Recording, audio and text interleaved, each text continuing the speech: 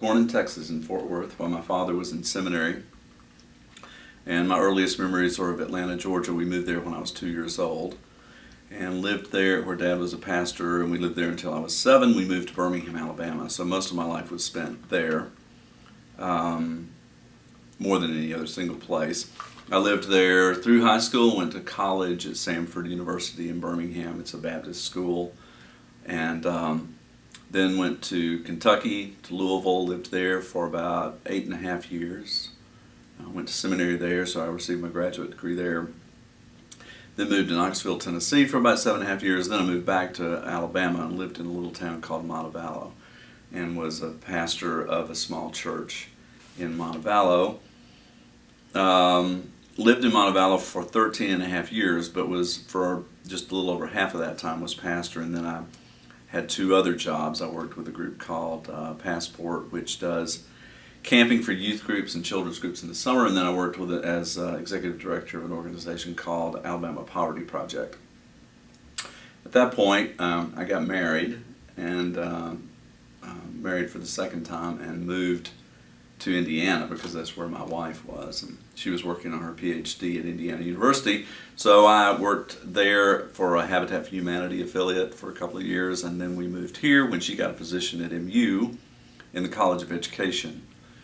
And so she's a professor there, and I looked for another nonprofit opportunity, ended up here after living here for a little over a year, ended up with this position at VAC. So I've been here for about 1.5 years at VAC. There, that led to Habitat, that led to here. And I like the nonprofit world. Yeah, perfect. Awesome. Could you tell me about VAC, just a little bit, an overview? We do basic needs services for low-income families in Boone County. So we serve folks in Boone County who are at or below the 200% of the federal poverty guidelines. Mm-hmm. We serve primarily in the areas of health, education, employment, and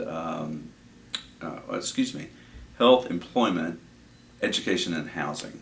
Pretty much in that order in terms of the numbers of services that we provide. Well, I think the fact that we actually do make a difference in people's lives is the most rewarding part.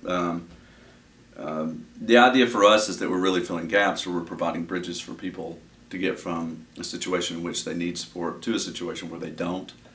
I had a conversation with a woman just the other day who some years ago actually was newly divorced, had young children, had needs in a number of different ways, came to VAC and received support in several different ways, and now is, these years past, is able to manage life on her own and doesn't need that kind of support again, but is well aware of what we're doing and can make that kind of reference for other people. So it's those kind of things when you know you actually do make a difference in somebody's life.